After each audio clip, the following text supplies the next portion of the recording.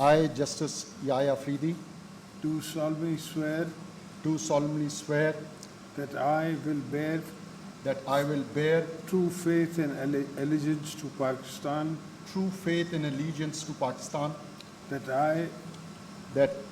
I, as Chief Justice of Pakistan, as Chief Justice of Pakistan, I will discharge my duties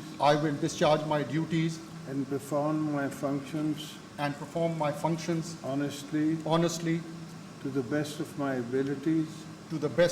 abilities. Justice Yahya Afridi نے 30ویں chief justice of Pakistan کی حیثیت سے حلف اٹھا لیا۔ ایوان صدر اسلام آباد میں حلف برداری کی تقریب، صدر آصف علی زرداری نے ان سے حلف لیا۔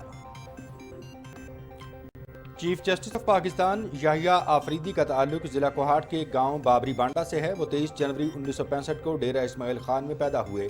جسٹس یحییٰ آفریدی 2016 میں پشاور ہائی کورٹ کے چیف جسٹس بنے۔ 2018 میں سپریم کورٹ کے جج مقرر ہوئے۔ وزیر خزانہ کی واشنگٹن میں مختلف اداروں کے سربراہان سے ملاقاتیں۔ امریکہ کے نائب وزیر توانائی جیفری پیٹ سے ملاقات میں پاکستان کے توانائی کے شعبے کو درپیش چیلنجز اور اصلاحات کے بارے میں تبادلہ خیال۔ S&P گلوبل کے نمائندگان سے ملاقات، معاشی استحکام، مالیاتی نظم و ضبط کے اقدامات اور بیرونی اقام کی صورتحال سے آگاہ کیا۔ ایشیائی ترقیاتی بینک کے صدر اور ڈیجیٹل کوآپریشن آرگنائزیشن کی سیکرٹری جنرل سے بھی ملاقات کی۔ فچ اور موڈیز کی جانب سے پاکستان کی ریٹنگ میں بہتری، دبئی اسلامی بینک کی پاکستان کو مختلف قرضوں کی پیشکش۔ وزیر خزانہ محمد اورنگزیب کی بینک کے گروپ CEO ڈاکٹر عدنان چلوان سے ملاقات، مالی ضروریات پوری کرنے پر شکریہ ادا کیا۔ پاکستان میں آپریشنز کی توسیع کے عزم کو سراہا۔ SIFC کے تعاون سے ٹیکسٹائل کی برآمدات میں تاریخی اضافہ، حکومتی معاشی پالیسیوں کے باعث 26 ماہ کی بلند ترین سطح پر۔ بنگلہ دیش میں سیاسی عدم استحکام اور عالمی پابندیوں کے نتیجے میں چین کی مصنوعات کی طلب میں کمی پاکستانی ٹیکسٹائل برآمدات کے فروغ کا باعث بنے۔ برآمدات میں اضافہ، صنعتی ترقی میں حکومتی اقدامات کے ساتھ SIFC کی معاونت کا منہ بولتا ثبوت۔ پنجاب میں چاول اور گندم کی پیداوار میں متوقع اضافہ، چاول کی برآمدات میں $1 ارب اضافے کا امکان۔ وزیر اعلیٰ پنجاب کی زیر صدارت خصوصی اجلاس۔ کشمیر ریجمنٹ کے سینئر آفیسرز بریگیڈیئر محمد ہارون اور بریگیڈیئر عثمان علی نے شہید کی قبر پر پھول چڑھائے۔ نائک سیف علی جنجوعہ نے سن 1948 کی کشمیر جنگ کے دوران پیر کلوبا پہاڑی کا بہادری سے دفاع کیا۔ نائک سیف علی جنجوعہ شہید نشان حیدر کا 76واں یوم شہادت، قرآن خوانی، دعائیں۔ شہید ہمیشہ زندہ ہوتے ہیں، شہداء کا لہو ہم پر قرض، زندہ قومیں اپنے محسنوں کے احسان فراموش نہیں کرتیں۔ نائک سیف علی جنجوعہ شہید، دھرتی کا بہادر بیٹا، ہر دل میں ہمیشہ زندہ رہے گا۔ علماء کرام۔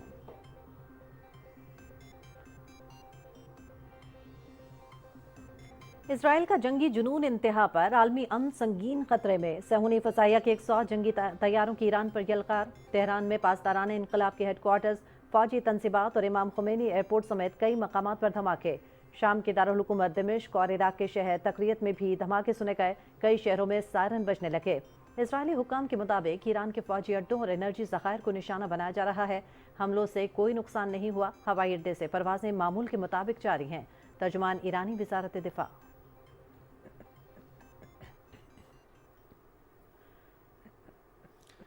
غزہ اور خان یونس میں اسرائیل کی وحشیانہ بمباری، خواتین اور بچوں سمیت 126 افراد شہید، متعدد زخمی۔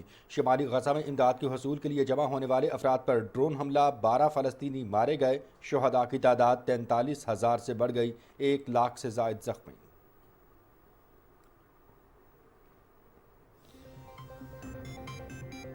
وزیر اعظم کی ہدایت پر NDMA کی جانب سے غزہ اور لبنان کے لیے امداد کی فراہمی کا سلسلہ جاری۔ اسلام آباد انٹرنیشنل ایئرپورٹ سے امدادی سامان کی 13ویں کھیپ روانہ کر دی گئی۔ 100 ٹن امدادی سامان، سردیوں کے لیے فیملی ٹینٹس اور کمبل شامل۔ فلسطینی بھائیوں کو امداد کی فراہمی جاری رکھی جائے گی۔ وزیر اعظم نے لبنان اور فلسطین کے لیے ریلیف فنڈ بھی قائم کر دیا ہے۔ مشیر قانون و انصاف بیرسٹر عقیل ملک۔ کشمیر کی سرزمین پر بھارت کا ناجائز قبضہ، دنیا بھر میں کشمیری کل یوم سیاہ منائیں گے۔ حریت رہنماؤں کی جانب سے یوم سیاہ پر ہڑتال کی کال۔ بھارت نے 27 اکتوبر 1947 کو تقسیم برصغیر کے منصوبے کی کھلی خلاف ورزی کرتے ہوئے فوج اتار کر جموں اپنے بنیادی انسانی حقوق کے لیے برسر پیکار۔ اتر پردیش میں مشتعل ہندو انتہا پسند ہجوم کا، مسلمانوں کے گھروں، عبادت گاہوں پر دھاوا، پیٹرول بم پھینکے، گاڑیوں اور موٹر سائیکلوں کو آگ لگا دی۔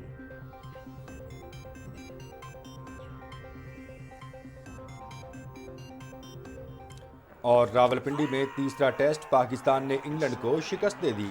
قومی ٹیم نے انگلینڈ کا 36 رن کا ہدف ایک وکٹ پر حاصل کر لیا۔ پاکستان نے ٹیسٹ سیریز 2-1 سے جیت لی۔ پاکستان 2021 کے بعد ہوم ٹیسٹ سیریز جیتنے میں کامیاب۔ پاکستان کی 9 سال بعد انگلینڈ کے خلاف ٹیسٹ سیریز میں فتح۔ انگلش ٹیم پاکستانی سپنرز کے سامنے بے بس۔ ساجد خان کی میچ میں مجموعی طور پر 10 اور نعمان علی کی 9 وکٹیں۔ Flighted up the quicker ball, then the slow one tempting. And Smith, who played so well in the first innings, has to go. England still behind, 6 down. A lovely delivery, and that is a huge wicket. Pakistan are all over England. Noman Ali with a lovely piece of left. Going forward, if we stick to that, the reverse sweep, England have stuck to. Sajid with another, just goes through the defences yet again. England lose their 8th. Challenging every England batter. The little sweep, done with the turn.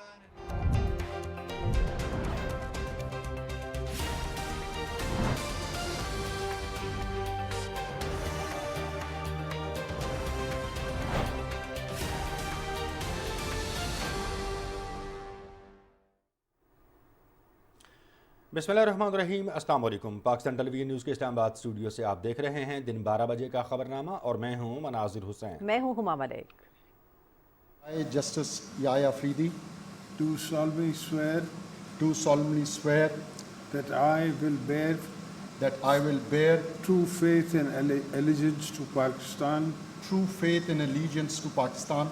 In all circumstances, I will do right in all manner of people, according to law, without fear or favor, affection or ill will. And that in all circumstances I will do right to all manner of people according to law, without fear or favor, affection or ill will. May Allah Almighty help and guide me. Ameen. Justice Yahya Afridi نے chief justice of Pakistan کے عہدے کا حلف اٹھا لیا۔ ایوان صدر میں چیف جسٹس آف پاکستان کے عہدے کی تقریب حلف برداری ہوئی۔ صدر آصف علی زرداری نے چیف جسٹس یحییٰ آفریدی سے ان کے عہدے کا حلف لیا۔ پروقار تقریب میں وزیر اعظم محمد شہباز شریف شریک ہوئے۔ تینوں مسلح افواج کے سربراہان، چیئرمین سینٹ، وفاقی وزراء، وزرائے اعلیٰ، ججز اور سینئر وکلاء نے بھی تقریب میں شرکت کی۔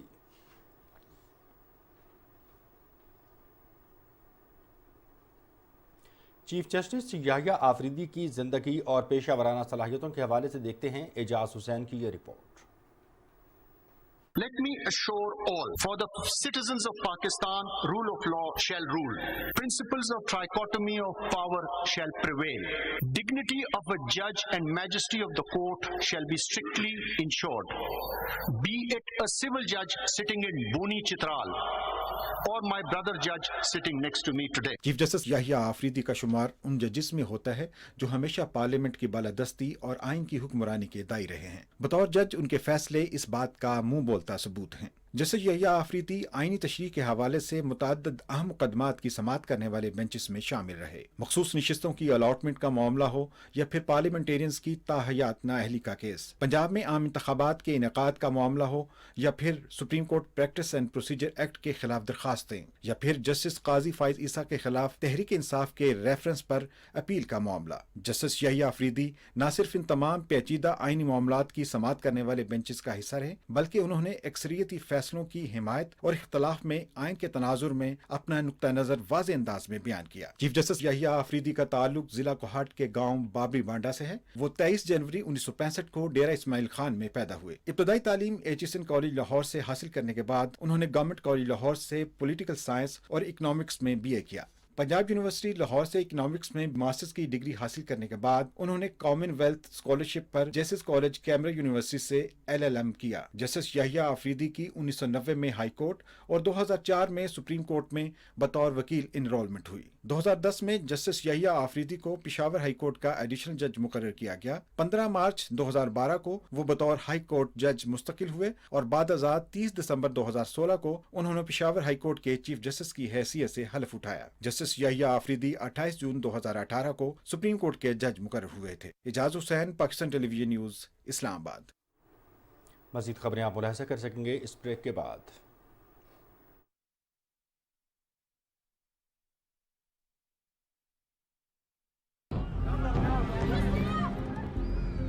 دنیا ایک دردناک حقیقت کا سامنا کر رہی ہے۔ غزہ اور لبنان میں اسرائیلی مظالم اور حملوں نے بے شمار جانیں چھین لی۔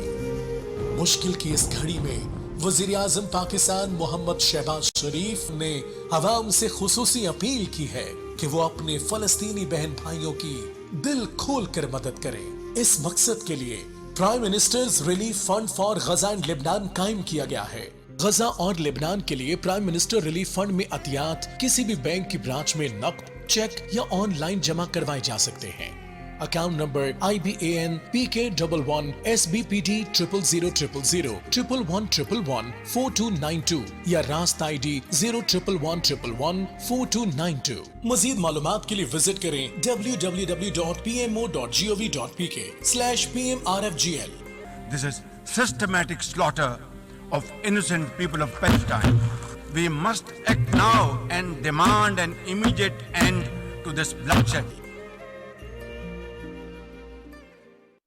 ویلکم بیک، اور کرکٹ شائقین کے لیے ایک اچھی خبر شیئر کریں گے۔ راولپنڈی ٹیسٹ میں پاکستان نے انگلینڈ کو شکست دے دی۔ پاکستان نے ٹیسٹ سیریز 2-1 سے جیت لی۔ کھیل کے تیسرے روز انگلش ٹیم اپنی دوسری اننگز میں 112 رنز بنا کر آؤٹ ہو گئی تھی اور پاکستان کو جیت کے لیے صرف 36 رنز کا ہدف دیا گیا تھا۔ قومی ٹیم نے ہدف 1 وکٹ کے نقصان پر حاصل کر لیا۔ انگلینڈ نے اپنی دوسری اننگز 24 رنز 3 کھلاڑی آؤٹ سے دوبارہ شروع کی تو انگلش بیٹرز پاکستانی سپنرز کے سامنے بے بس دکھائی دیے۔ جرور 33 رنز کے ساتھ ٹاپ سکورر رہے۔ نعمان علی نے 6 اور ساجد خان نے 4 کھلاڑیوں کو آؤٹ کیا۔ پاکستان 2021 کے بعد ہوم ٹیسٹ سیریز جیتنے میں کامیاب ہوا ہے۔ پاکستان نے 9 سال بعد انگلینڈ کے خلاف ٹیسٹ سیریز میں فتح سمیٹی ہے۔ Pakistan England test series PTV sports پر براہ راست آپ کو دکھائی گئی ہے۔ اسی حوالے سے مزید بات کریں گے، ہمارے نمائندے ذیشان قیوم ہمارے ساتھ لائن پر موجود ہیں۔ ذیشان، آپ نے یہ میچ دیکھا، پنڈی کرکٹ اسٹیڈیم میں آپ موجود تھے، بڑی عمدہ کارکردگی پاکستانی اسپنرز کی اور صرف 36 رنز کا ٹارگٹ ملا پاکستان کو، جو 1 وکٹ پر پاکستان نے حاصل کیا اور اس طرح سے 2-1 سے سیریز اپنے نام کی۔ کیا امپورٹنٹ فیکٹرز رہے اس میچ کے حوالے سے؟ پچ کے حوالے سے بھی ہم بات کر رہے تھے، پھر اسپنرز کی حکمت عملی جو ہے وہ بڑی سکسیسفل دکھائی دی، کیا کہیں گے آپ؟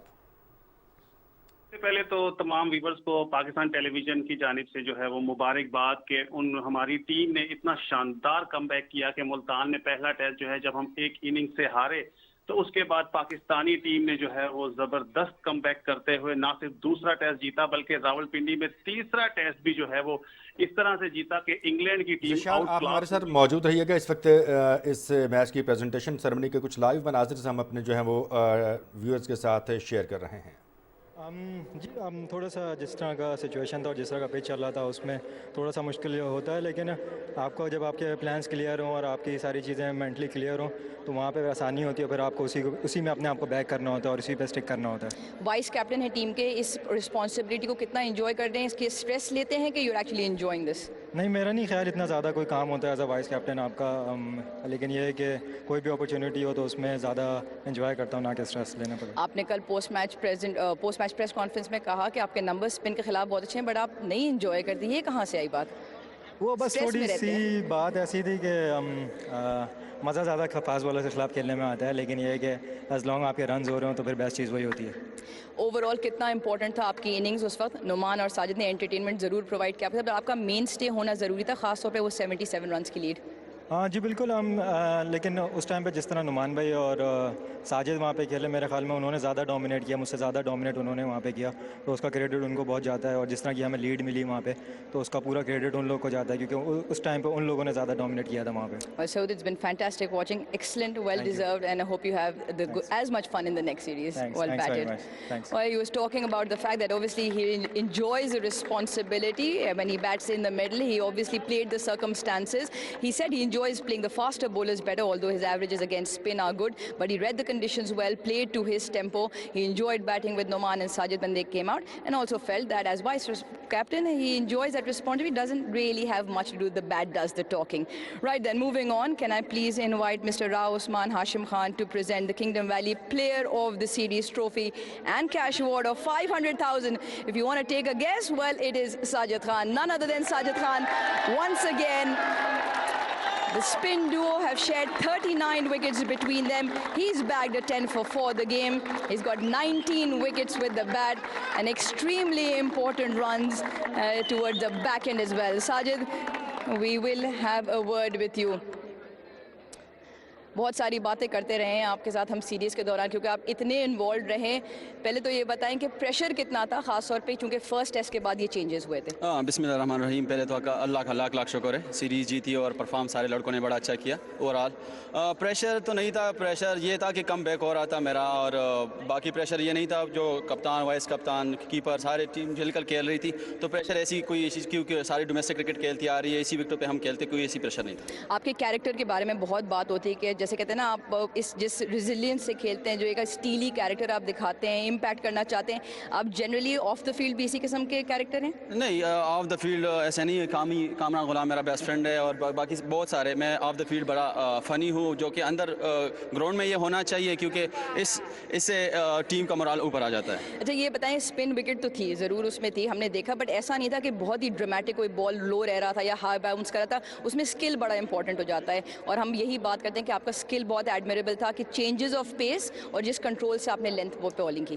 اگر دیکھا جائے ملتان ٹیسٹ, ادھر اگر آپ نے کچھ بھی نہیں کرنا کچھ نہ کچھ ہو جاتا تھا. یہ وکٹ ایسی تھی کہ اگر آپ ٹائم لے ہو, جیسے سعود بھائی نے اننگس کھیلی, اس نے ٹائم لیا اور پھر اتنی اچھی ٹوٹل بنایا, اس میں ہم نے یہ میچ بھی جیتا. اس وکٹ پہ ایسی کوئی ایشو نہیں تھی. ہاں آپ نے پیس ویری کرنا تھا اور صحیح جگہ پہ ہٹ کرنا تھا اور پروسیس پہ رہنا تھا. ہم نے وہی کیا اور اللہ نے اس میں عزت دی. 39 وکٹس آپ دونوں کے بیچ میں. نعمان کی بات کرنا بہت ضروری کیونکہ بولنگ اینڈ پارٹنرشپس کی بات کرتے ہیں, بہت ضروری تھا کہ دوسرے اینڈ سے بھی اتنا ہی پریشر. جی بالکل, نومی بھائی کی بات کریں, one of the most experience player ہے پاکستان کرکٹ ٹیم میں ڈومیسٹک سرکٹ میں. اس کی بات بالکل, وہ اس مین آف دا سیریز میں میرے ساتھ شیئر ہونا چاہیے. وہ بیسٹ اسپنر ہے اور مجھے بھی سمجھاتے ہیں تو اس کو بالکل کریڈٹ جاتا ہے. Sajid, it's been fantastic watching, it's been wonderful and we wish you all the very best. Thank you so much and پورے پاکستان کو بہت بہت مبارک ہو. Thank you. Well, I'll try and remember what he said, but I'm sure it was somewhere along the lines that I asked him about his character, that personality, that steely character. He said he's not like that off the field. Kamran Ghulam, one of his best friends, but on this surface in particular, he mentioned that the skill or the execution and control was important because it wasn't a wicket that was that much conducive or misbehaving. He also spoke about Noman, where he feels that the player of the series should have been shared, and rightly so, and we wished him all the very best. Now, moving on, can I please speak to Ben Stokes, the England captain?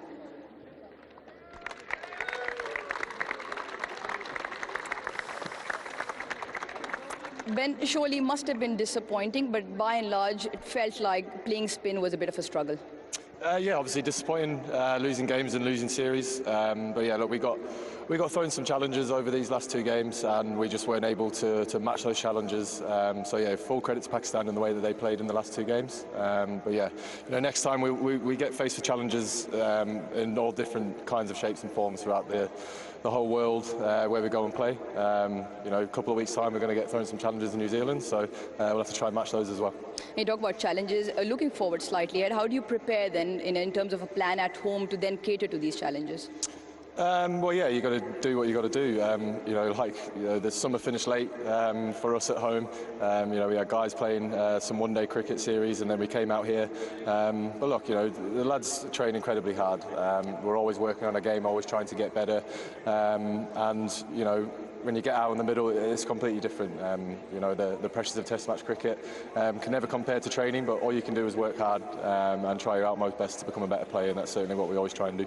Well, the first test seems a bit of a way behind now, but there are lots of positives to take out. That magnificent partnership between Joe Root and Harry Brook. We've spoken about the Durham trio in terms of the fast bowlers. Must have been very proud of it. Even your spin contingent. So there's still plenty of forwards. Even Jamie Smith in that first innings.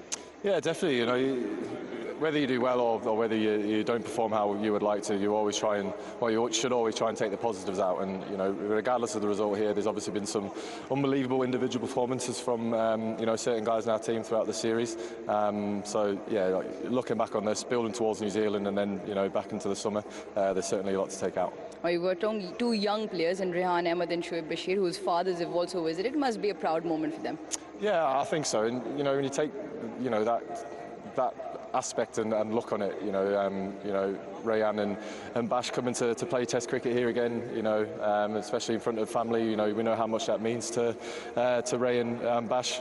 So for the parents to be up there sitting watching their sons go out and play Test cricket and perform as well is obviously something massive for them. But look, two incredibly talented cricketers at the start of their career, and the only way is up for those two. Well, Ben, it's been fantastic watching. 2-1, obviously the result's not going in your favour, but plenty of positives. As you say, wish you all the very best. Thank you very much. Cheers. Cheers. Thank you. Thanks. Right then, a moment that all of Pakistan will now rejoice. The Pakistan skipper, Shan Masood. You can have a word with him. That smile beams and grows wider. Shan, last time you and I spoke, I said 3 years, 8 months and a bit days. 4 series later, you said the first one was special. How good is this? I mean, London buses, they come together. The first win came after a long time, and it was backed up by the first series win. I think it's special, and what it means to me is this group, the management, the cricket board, what they've been through over the last 2 weeks. I think that means a lot for everyone to stand up and still give their best at the ground. That means a lot. And at the end of the day, it's about characters. It's people you can trust, people you think can bleed for you. And Sajid literally bled for us yesterday. So to be here and standing as the winning team, I think that's the most special thing that can happen for us. You can sense the emotion and what it means in your voice, but like you said, and you said this to me in the second test as well, it's complete team effort, and you can't take the effort from the entire group, but you still have to name a few. Sajid and Noman come in the way they come in, and they hold those reins and don't let go. You know, Ruj, what's important is, like, hats off to, we always say, like, there are always going to be some individual performances. I think South Shakil's knock is one of the best I've seen in Test cricket. To have that nerve to take 70 singles, for Sajid and Noman to keep picking wickets together and not letting anyone else bowl. But then there are people like Zahid Mahmood giving their all in the boundary. Amir Jamal not bowling, creating a world record of being probably the only seaman not to bowl a single over in the last 2 matches. But it's the effort. It's small efforts combined with the big efforts that count. And I think the message to the boys was clear. If we do the small things right, and the small things are running those extra ones, running those extra twos, saving those runs in the field. I thought our ground fielding was outstanding in this match. And it's little things you do, and they turn into big things. So yes, we have the standout performers like Sajid, Noman, Saud, Agha Salman, but there have been so many characters in this series, and everyone's chipped in. Also, just throwing Pakistan cricket forward, is this a bit of a home template if we are to win and produce results consistently at home? You know, the biggest point of satisfaction is that we ourselves had a change of conditions. We haven't played in these conditions ourselves. I think we played in the UAE, but it wasn't as challenging in the first few days. UAE, the match went quickly from days 3, 4, 5. This was challenging from day one, the last 2 test matches. So for us, it's about adapting to different conditions, and we have been able to do so. So that's heartening. We have squad depth. We've got good seamers as well. So now we, as a side, the onus is on us to make sure that we keep picking 20 wickets. But again, I'll keep saying it. Bowlers always will win you test matches by picking up 20 wickets, but I think our first innings batting, especially in 2024, has been superb. And everyone from 1 to 11 can take credit for it. I think we've posted first innings scores that have sort of set games for us. And now that we've started picking 20 wickets up, we've had a couple of results as well. As a leader, important to ask, obviously you didn't have the best of starts with results against your name. How special is this in terms of, yes, you say you've got a fantastic group, but in leading, what have you learned, and how has this been for your growth? For me, the biggest thing is progress, leaving Pakistan cricket in good hands, doing justice to the job. The job comes with huge responsibility. It's heartening to have so many young players come in, Saim, Abdullah, Huraira, then having some senior men like Noman coming back in, picking up wickets. People have grown in stature like Salman and Saud, they're leaders in this group. Rizwan's been brilliant.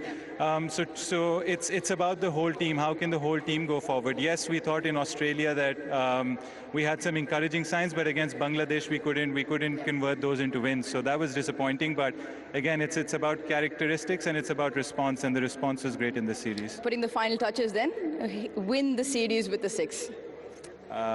I mean, it was meant to happen. I thought I didn't reach the pitch of the ball, and I just put my bat out, and sometimes you have good bats that take the ball to the boundary. Well, it's something you can be very proud, your group can be very proud of, and like I said, Pakistan will rejoice and celebrate this victory with you guys. We'd just like to dedicate this to the people of Pakistan. They've been through a lot, especially cricket-wise, and I hope this could put the smile on people's faces, and I hope we can have fuller houses. And thank you to the England cricket team. Pakistan-England series are always great, home and away, so we hope that we play England more and more, and we play more than 3 test matches. We probably play 5 test matches soon. Shan, you can be extremely proud of you and Pakistan. Thank you very much for talking to us.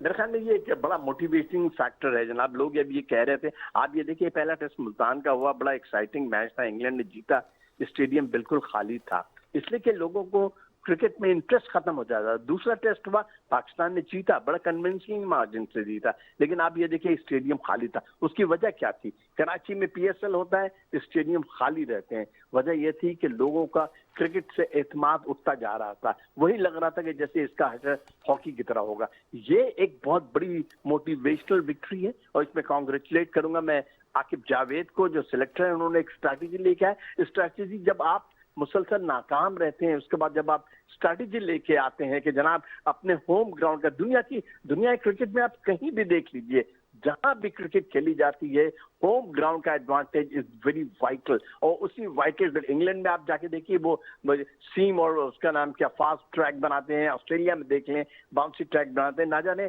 کیا ضرورت تھے کہ پاکستان میں یہ چیز کو adapt نہیں کیا گیا. میں یہاں مینجمنٹ کو, پاکستان کرکٹ بورڈ کے چیئرمین کو بھی, انہوں نے ایک بولڈ ڈیسیژن لیا اور ایک نئی سلیکشن کمیٹی دی, جس کی وجہ سے یہ کھلاڑی لے کے آئے, اور ان کھلاڑیوں نے زبردست پرفارمنس دی. اس سے آپ کو میں یقیناً بتا رہا ہوں کہ ینگسٹرز میں جو کھیل رہے ہیں, جو بچے ہیں ابھی 16 سال 17 سال کے, ان میں ایک بہت بڑا موٹیویشنل لیول انکریز ہوگا. اور یہ بھی ایک بات بتا دوں کہ آپ یہ کہہ رہے ہیں 2-1 سیریز جیتی, یہ کوئی چھوٹی بات نہیں ہے. انگلینڈ کی انتہائی مضبوط ٹیم ہے.